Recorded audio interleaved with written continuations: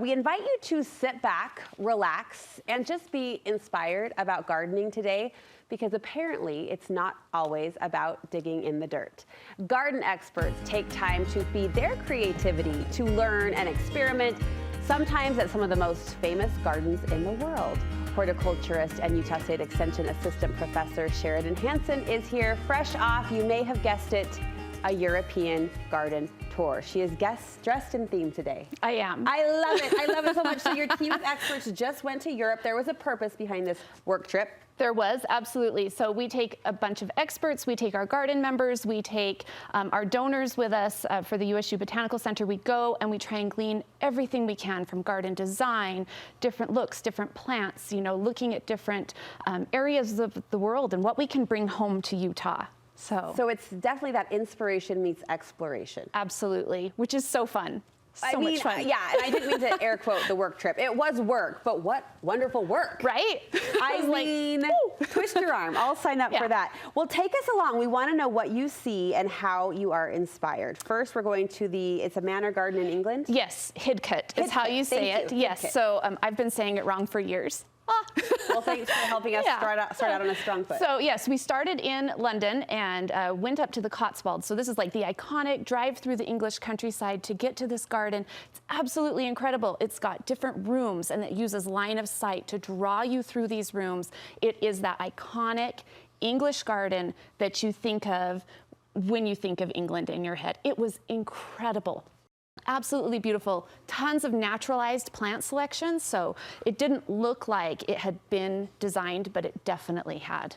So beautiful, beautiful garden. And then we went to Kew. Okay. So Kew is the Royal Botanic Gardens, and it's kind of the hoity-toity garden in you know, throughout the world. It's kind of the #1 garden in the world, but absolutely beautiful. The highlights there, they have some of the Dawn redwood trees that were rescued when they were thought to be extinct in China. They found those and brought those there, so they're actually growing there. We actually have the giant glass houses. The oldest potted plant in the world is there. Oh my goodness. So many cool things to see. Things you read about in books. Yeah. And you're like, I'm standing here right in front of this. Pinch me. What was the takeaway from this particular garden for maybe Utah gardeners specifically? The takeaway from, you know, England in general, I think, was to just kind of be a little more in tune with the environment, make it kind of flow with what we have here and make it, we don't want to work against that. We want to work with it. Lean into that. Yeah, absolutely. You talked also at that first garden stop about the line of sight. Line of sight, That seems like a little aspect of trickery we could apply into our own backyards. Absolutely. It makes your garden feel larger. So if you have a small garden and you can make somebody want to, you've got this line of sight and there's something around the corner, you want to draw that person around the corner to see something different, and it does. It expands those spaces and gives you kind of this mysterious feel to the garden. Your next stop was Monet's garden. Yes, so then we went to Paris, and Monet was where I just fell head over heels. That was just incredible.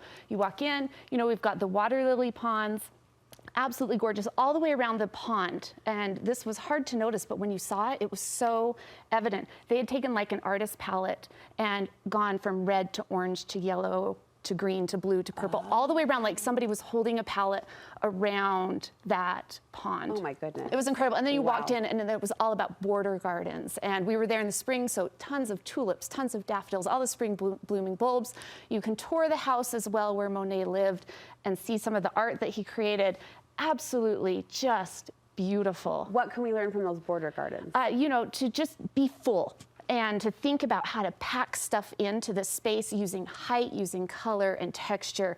Just incredible. Things that just blew my mind. I'm not usually a red person in the garden, but the reds and the oranges and the yellows just knocked my socks off. Oh, I love your words, but a lusciousness, a fullness. Yes, very, very full. To the design. Just packed. Where else did you go in France? So we went to Versailles also, and Versailles is, you know, the palace. It is very formal, really different, kind of the opposite end of the spectrum from what we saw in England, and also in Monet's garden. You know, we've got hedges and formal gardens, really different type of structure to that. But it's all about formality, and it's all about the view from the palace. So you're up at the palace, and you look out over these hedged gardens, and this view that it gives you is like nobody was ever there. It's only the palace, and that's all that exists. So really different type of gardening there. And so like groomed hedges and kind of that fine trimmed manicure aesthetic. Yes, very much so. Formal. So formal. Okay. Very, very formal. And then we did a walk through Paris, which was so fun. We gave our members and our donors the opportunity to walk through the streets of Paris. My husband and I kind of took off. We went over to the Eiffel Tower, we did Rue Claire, the Champs-Élysées, all of those different places. And there's gardens tucked all through Paris that if you take a walk, you can see this incredible, just kind of menagerie of gardens and different styles. And their gardens, their public gardens, are nothing like ours. They are just over the top. It's incredible. I was just knocked. Well, I'm not about to draw a comparison here by any stretch of the imagination, but I do think it's an interesting creative exercise. The fact that you were there just to observe, appreciate, and draw from inspiration. And we could take garden walks in our own towns, in our own cities, in a neighboring city for that same purpose, like what draws me or what jumps out to me. That's a really neat creative exercise. Absolutely. And then bring it home and say, what did I love about that and how can I use it? Yeah. Absolutely. We went to the Netherlands next. We did. So we couldn't go to Europe in the spring and not see the bulbs, right? So a couple of places we went there. So we went to the flower auction. 40% of the world's flowers go through Aalsmeer, and it's this incredibly huge flower auction. Millions of stems of flowers come through every single day. It's about the size of 200 football fields or soccer fields put together. Oh my goodness. Is the warehouse where you can see all these carts buzzing around and people busy. And the smells and the colors, it's really incredible. And then we went to... My gosh, look at that. It's like Costco on a Saturday. It is, right? But with flowers.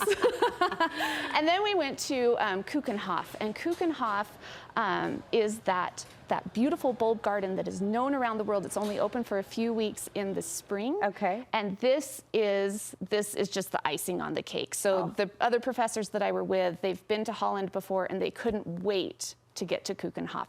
But it was incredible. Using bulbs in mass, planting just massive colors and streaks of color, and making sure that there's enough of it to really see it was just incredible. So they used like grape hyacinth, which we're all afraid of in the garden because we say it's invasive, but it's really, when you plant it in mass, like a river of blue. It's not invasive, it's just incredible. So that feels like a good takeaway for us as well. So many things to take home and put into our gardens, so don't be afraid to do some of these things. Have your perceptions changed? Oh, absolutely. I mean, every time we go on one of these trips, we try and do one once a year, but the pandemic kind of slowed us down. But every time we go on one of these, it changes my perception about gardening 100% and gives me a different view. So final advice for average gardeners out there? Yeah, to not be afraid to implement some of these things. We saw things, Jerry Goodspeed, the director of the Botanical Center, and I were looking at gardens and saw, trees hedged that we have never thought about hedging, horse chestnuts.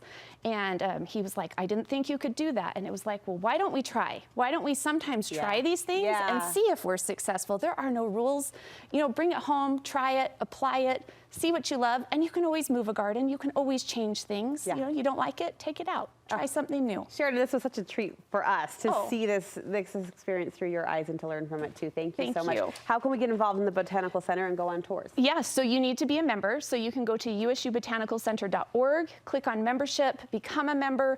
We do try and give priority to our donors. So if you have the means to donate and you want to come with us, we would love to have you come on our trips. Next year, I think we're doing South Carolina and Savannah. So that will be very romantic. Yes, it would. Well, thank you so much. We'll link you over to their website from ours, studio5.ksl.com. Thanks again. Thank you.